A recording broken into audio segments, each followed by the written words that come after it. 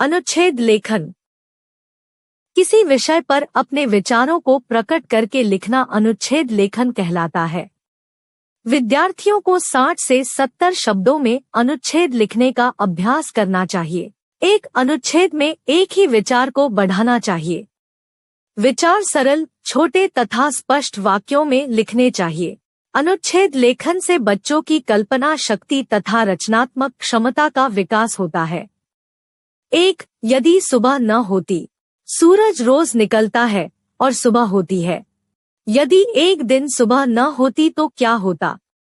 यदि ऐसा होता तो बेचारे उल्लू को रात भर जागना पड़ता और शेष जानवर सोते रहते। मैं भी देर तक सोता रहता। माँ की डांट से भी बचा रहता। तब हम न टीवी देख पाते न खेल पाते। हमें चोरों से भी सावधान रहना पड़ता क्योंकि उन्हें चोरी करने के लिए अधिक समय मिल जाता। सुबह न होने पर हम चिड़ियों की चहचहाट भी नहीं सुन पाते। रात बनी रहने के कारण हमें आलस्य आता रहता। धरती पर पेड़ पौधे भी संकट में पड़ जाते। सभी कार्यक्रम गड़बड़ा जाते। हमारी प्रार्थना है भगवान ऐसा कभी मत करना। 2. इंटरनेट। आज का युग विज्ञान का युग है। विज्ञान हमें नित्य नई चीजें प्रदान कर रहा है। इंटरनेट विज्ञान की नवीनतम देन है। इसने संचार के क्षेत्र में क्रांति ला दी है। कंप्यूटर के साथ इसके मेल ने हमारे अनेक कामों को बहुत आसान बना दिया है।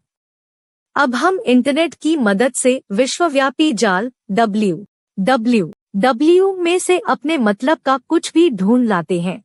इसमें करोड़ों पन्नों की सामग्री भर दी गई है। इसमें से मनचाही सूचना शीघ्र मिल जाती है। अब तो इंटरनेट हमारे दैनिक कामों में भी बहुत मददगार बन रहा है। इसमें बैंक के खाते का हिसाब रखा जा सकता है, बिलों का भुगतान किया जा सकता है, परीक्षाफल तैयार किया जा सकता है, अखबार पढ़ा जा सकता है। हाँ, इसका दुरुपयोग भी संभव है। 3. Mobile phone.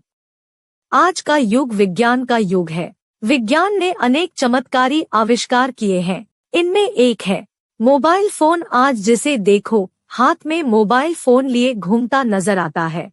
अब हमारे देश में कई करोड़ मोबाइल फोन प्रयोग में आ रहे हैं। इसके अच्छे बुरे दोनों पहलू हैं। मोबाइल फोन की उपयोगिता बहुत अधिक है। यह हमें अन्य लोगों के साथ जोड़े रखता है। यह एक छोटा सा उपकरण है और इसे कहीं भी आसानी से ले जाया जा सकता है। एक और जहां व्यापारियों के लिए यह वरदान है तो छोटे कामगारों के लिए भी यह कम उपयोगी नहीं है। इसकी सहायता से उन्हें घर बैठे काम मिलता रहता है। मोबाइल फोन का अत्यधिक प्रयोग हानिकारक है। हमें इसका सीमित प्रयोग करना चाहिए। 4. व्यायाम का महत्व।